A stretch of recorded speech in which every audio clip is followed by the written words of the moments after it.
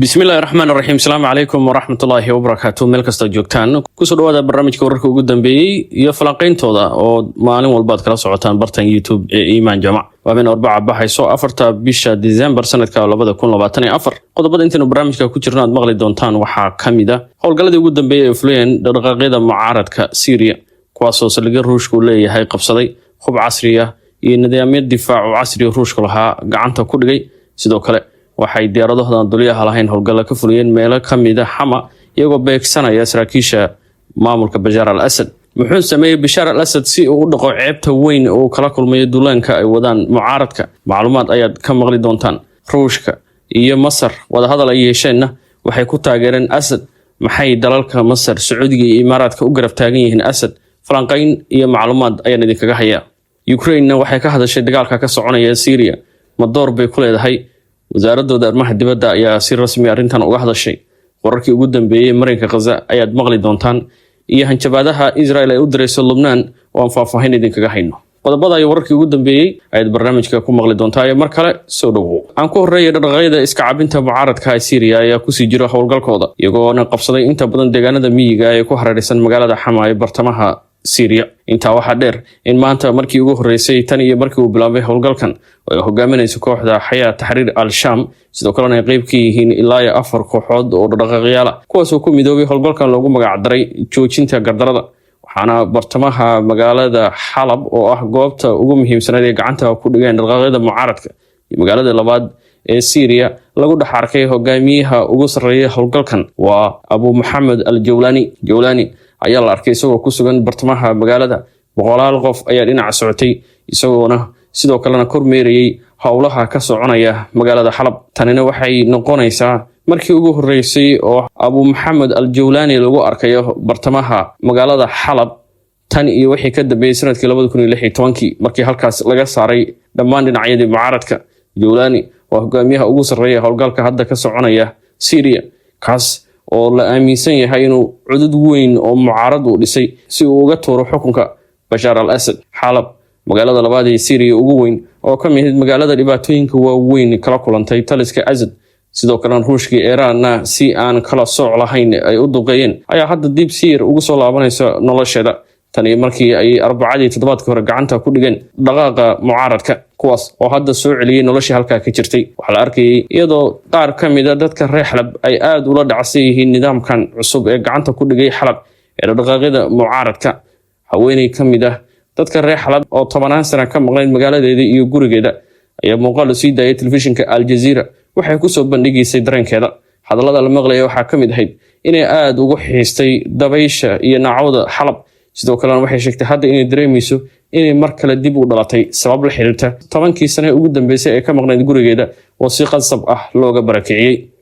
dhaqaaqa mucaaradka waxay soo saareen war-saxaafadeed ay sheegayaan in ujeedada dhaqaaqa ay tahay in dadka reer Syria ay ku noolaadaan sharaf iyo xornimo waxaana loogu baaqay bulshada calaawiyiinta ee laga tira badan yahay oo ka soo jeeda Bashar al-Assad inay halganka qayb ka noqdaan si meesha looga saaro taliska Bashar al-Assad ee dhibaateeyay isla bulshada calaawiyiinta war-saxaafadeedka lagu sheegay bulshadaas inay u nuglaatay nacayb badan ay ka dhaxashay talaabooyinka iyo go'aamada ka soo baxaya taliska Assad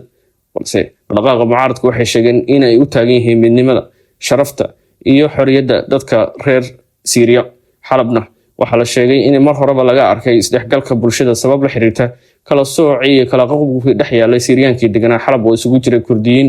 Arab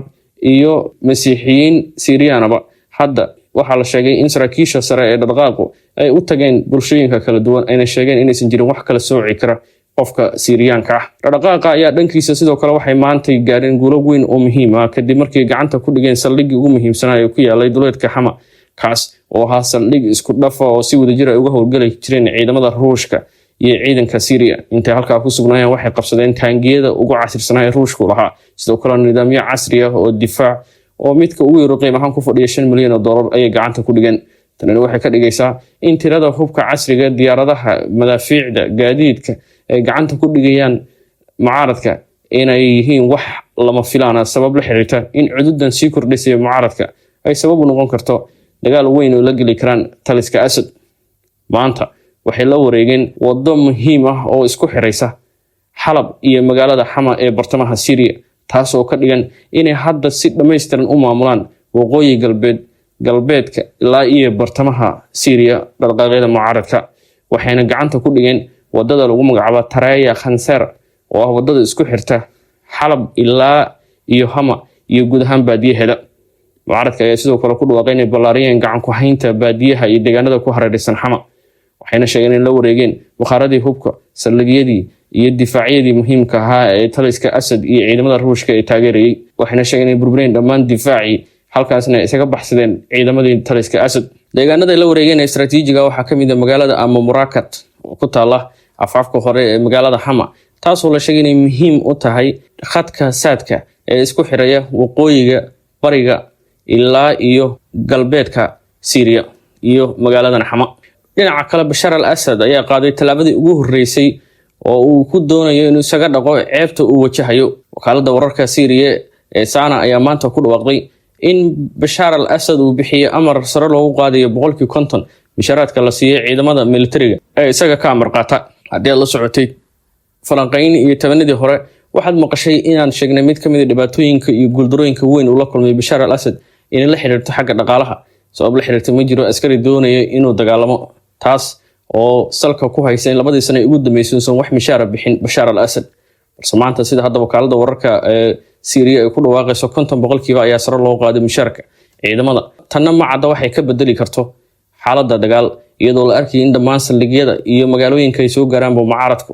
uu yaraa iska caabinta la kulmayeen taasoo si degdeg ah u gaarsiisay guul masaafo aad u badanna sabab u noqotay in si dhaqso leh looga qabsado Bashar al-Assad ceebta kale uu la kulmayo waa in hubkii casriga ahaa ee Ruushku ku wareejiyay ciidamada taliska Asad inay hadda si fudud gacanta ugu dhaceen dhaqdhaqaaqyada mucaaradka hubkaas waa kuwo aan qiyaas lahayn sabab la xiriirta in bakhaarada iyo kaydadka la wareegeen iyo warshadaha hub ee la wareegeen mucaaradka ay sabab u noqon karaan inay muddo dheer dagaalami karaan oo ay heleen hub casri ah iyo kaydad aysan dhaqaale uga bixin oo sare u qaadaysa nidaamkooda difaac dalalka reer galbeedkan waxay u muuqdaan inay si weyn u dhaleelayaan Asad ayna doonayaan in Asad markaan uu la fadhiisto mucaaradka Mareykanka ayaa xogayaha arrimaha dibadda Anthony Blinken hadal uu jeediyay maanta waxa uu sheegay waxyaabaha ka dhacay gudaha Syria ay sabab u yihiin diidmada Bashar al-Assad ee ah in uu dhageysto isla markaana uu u diyaar garoobo hanaan wax ka bedelaya xaaladda Syria haddana wuxuu sheegay in cawaaqibku la kulmay Assad ee ka dhalatay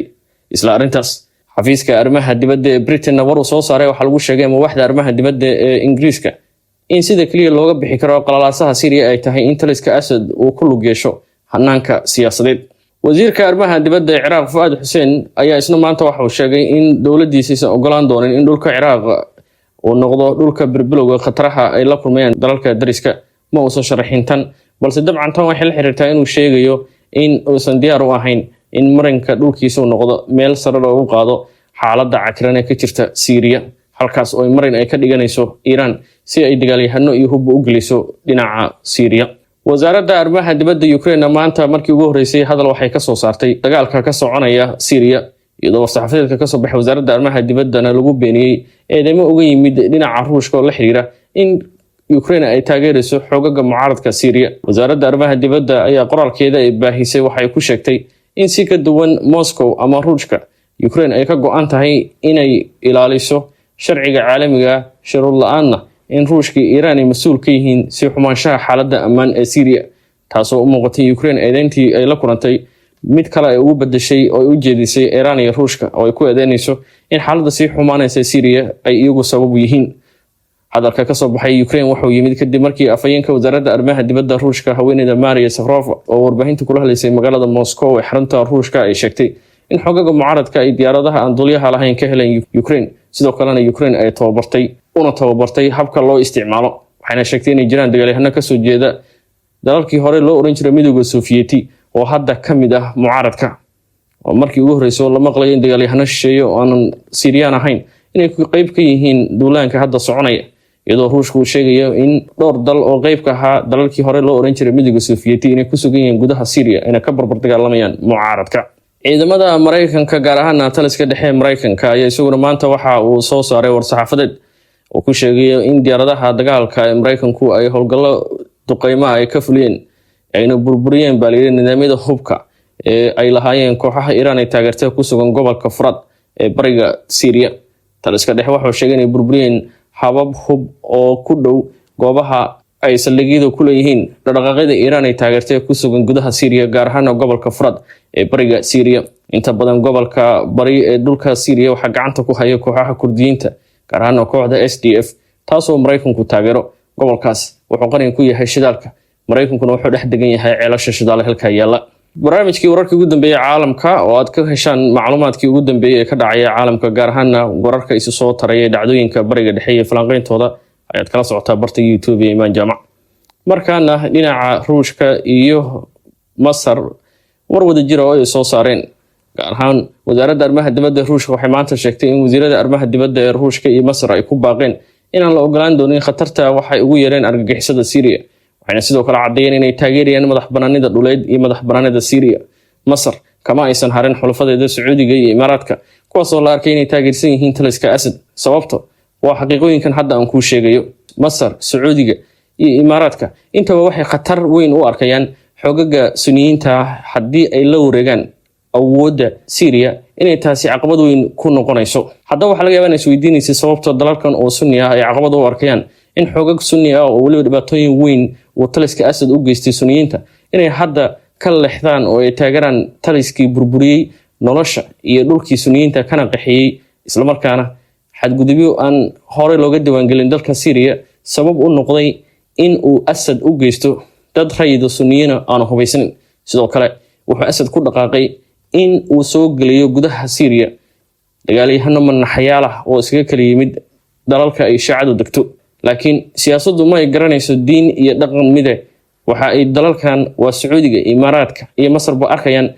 in ay halis kala kulmayaan xogagan oo taageerayo Turkiga. ka hortagga ay sameynayaan in naciibka ay u muujinayaan dhaqaaqyada mucaaradka ee sida weyn u burburinaya taliska Asad halka ay ka imaanayso ama isha naciibku waa Turkiga. sababtuna waa in Turkigu qadar xulafo yahay sidoo kalena maamulka Erdogan lagu tiriyo inay yihiin akhwaanul muslimiin ama dhaqaaqa islaamiga ee akhwaanul muslimiin oo dalalkan u aqoonsan yihiin urur argagixiso. Al-Sisi waxaad ogtiin in xukunku uu kala wareegay Maxamed Mursi oo ahaa madaxweynihii ugu horreeyay hab dimuqraadi lagu doorto Masar. tanna waxay xigtay in dalalka Masar, Imaaraadka iyo Sacuudiga ay wadajir ugu aqoonsadeen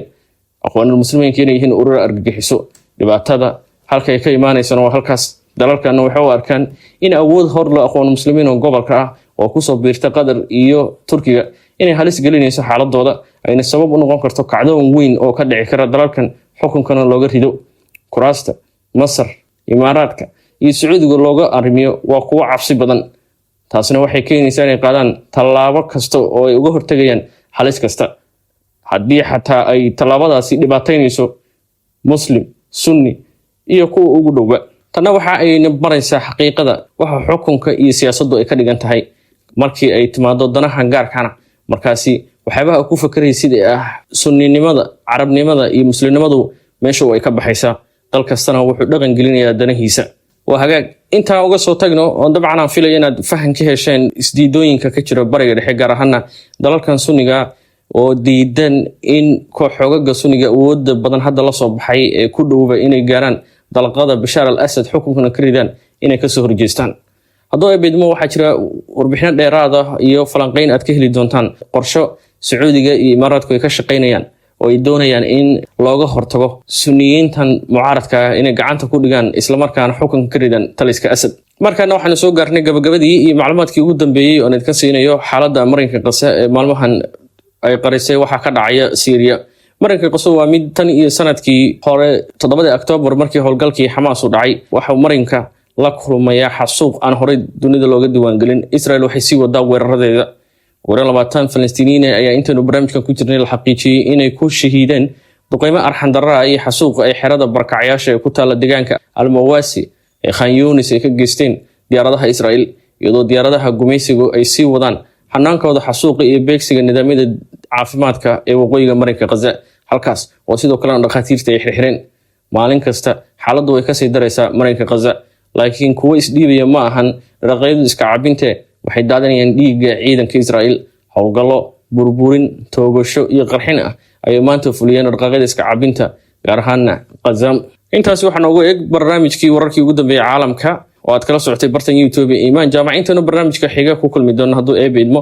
waxaan idinkaga tagayaa fikradihiina inaad noogu reebtaan qaybta falcelinta iyo sida ay idinkula muuqato in xaaladda Syria iyo tan Gaza ay ku dhamaan karto